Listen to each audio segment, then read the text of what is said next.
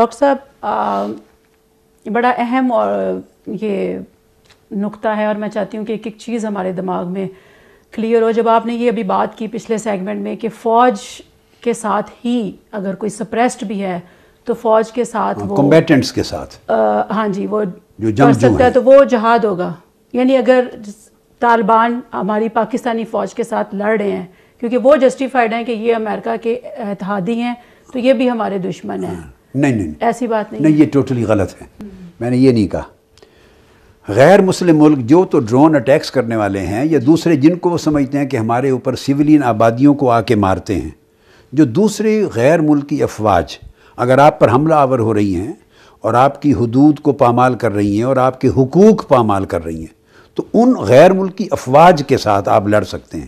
رہ گئی پاکستانی فوج بھی اب اس کی بات ایبسلیوٹلی یہ رانگ ہے. پاکستانی فوج اپنے ملک کا اپنی لینڈ کے اوپر جو دہشت گردی ہو رہی ہے اس کے خاتمے کی ذمہ دار ہے. دہشت گردی اٹ سیلف ایک فساد ہے، اور قرآن مجید کا ایک قاعدہ ہے کہ آپ کسی جان کو قتل نہیں کر سکتے. دو استثناء ہیں. نمبر ایک، اگر کسی شخص نے کسی اور شخص کو ناحق قتل کیا ہے تو اس کی سزا قصاص ہوتی ہے نا، کورٹ ڈیسیژن دیتی ہے، تو آپ اس قصاص کے طور پہ اس کو مار سکتے ہیں. چونکہ وہ قاتل ہے اور قتل کی سزا اسلام میں قصاص ہے، تو قصاص میں آپ اس کو بطور سزا کے سزائے موت دیتے ہیں، ڈیتھ پینلٹی ہے. نمبر ٹو، اگر کوئی شخص زمین میں فساد انگیزی کرے، قتل انگیزی کرے اور فساد انگیزی کرے اور بغاوت کرے تو حکومت اور فوج کا فرض ہے کہ اس کو کچلنے کے لیے اس کے خلاف جنگ کرے. اب یہ جو لوگ جنہوں نے گورنمنٹ کی ریٹ کو چیلنج کرتے ہوئے مسلح جد و جہد کا آغاز کر دیا ہے، یہ فساد ہے. یہ شریعت کی روح سے بڑا کلیئر کانسیپٹ ہے، اس کو بغاوت کہتے ہیں.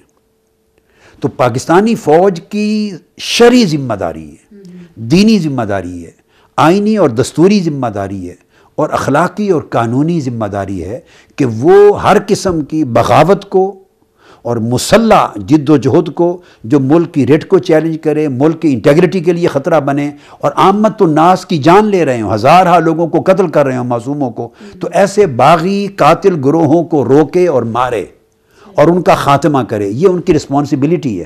تو پاکستانی فوج جو کر رہی ہے اسٹرگل، چونکہ ظلم کے خاتمے کے لیے، قتال عام کے خاتمے کے لیے اور بغاوت کے کچلنے کے لیے، ان کی اسٹرگل جہاد ہے.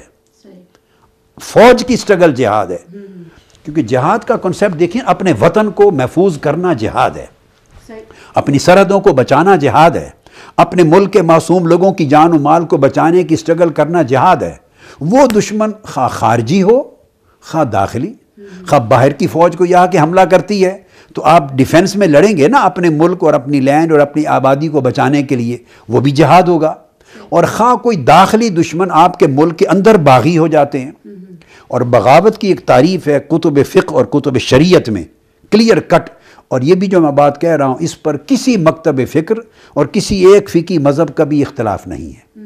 یعنی اہل سنت میں حنفی، مالکی، شافعی، حنبلی، اہل تشیع میں جعفری اسکول، حتیٰ کہ سعودی عرب کے جو سلفی اسکول آف لا ہے، ساروں کا اتفاق ہے کہ کوئی ایسی اسٹرگل کہ اگر کسی ملک کے اندر مسلمان ہیں یا ملک کے شہری ہیں اور وہ کسی بھی ایجنڈے کی وجہ سے، بے شک ایک لفظ آتا ہے کہ وہ تعویلاً اپنے آپ کو بطور دلیل درست سمجھتے ہوں کہ ہم دشمن کے خلاف لڑ رہے ہیں، امریکہ ہم پر حملہ آور ہے، ہم دفاع کر رہے ہیں، اس کو کہتے ہیں تعویل.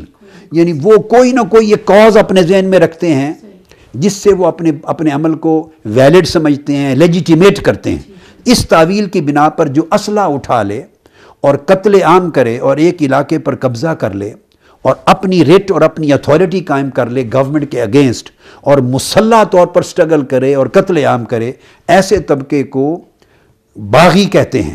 اور اگر وہ باغی، اس کو بغاوت کہتے ہیں، اور اگر وہ باغی اپنے اس نقطہ نظر یا اپنے عمل کے ساتھ کوئی شرعی دلیل کو اٹیچ کر لے اور جن لوگوں کو وہ قتل کر رہے ہیں ہر وقت بم بلاسٹ کر کے ان کو شرعاً جائز سمجھنے لگے تو وہ خوارج میں شریک ہو جاتے ہیں، خارجی. جو حق میں وقت ہے، جو حکومت میں ہے، اس کو ماننا چاہیے. میں پہلے اس کو کلیئر کر لوں. تو ایسی سٹرگل جو یہ لوگ کر رہے ہیں یہ از روئے شرع کلیئر کٹ بغاوت میں آتی ہے. اور بغاوت کے ساتھ پھر یہ جو ان کا مائنڈ سیٹ ہے، کہ وہ ڈیموکریسی کو کفر سمجھتے ہیں، نظام کو کفر سمجھتے ہیں، اور ان کے خلاف جنگ کرنا جہاد سمجھتے ہیں، اور لوگوں کو قتل کرنا حق سمجھتے ہیں. یہ جو عقیدہ اٹیچ ہو گیا ہے، اس کی وجہ سے وہ خارجی بھی ہو گئے ہیں. دس از کمبینیشن آف ٹو ایولز، ایک بغاوت اور ایک خارجیت، خوارج. لہٰذا یہ فوج اور حکومت پاکستان کی ذمہ داری ہے کہ وہ اپنے ملک اور اپنے عوام اور ان کو بچانے، امن کی بحالی کے لیے بغاوت کو کچلے اور ان کو مارے. تو فوج کا عمل جہاد ہے. اس پورے کمبیٹ میں جو فوجی مارا جائے گا وہ شہید ہوگا، چونکہ اس کے مقابلے میں مرنے والے وہ باغی ہیں، اور باغی مارا جائے تو اس کا حکم یہ ہے کہ جنازہ بھی نہیں پڑھتے، جنازہ بھی نہیں پڑھتے، اس کی موت موت جاہلیت تصور کی جاتی ہے.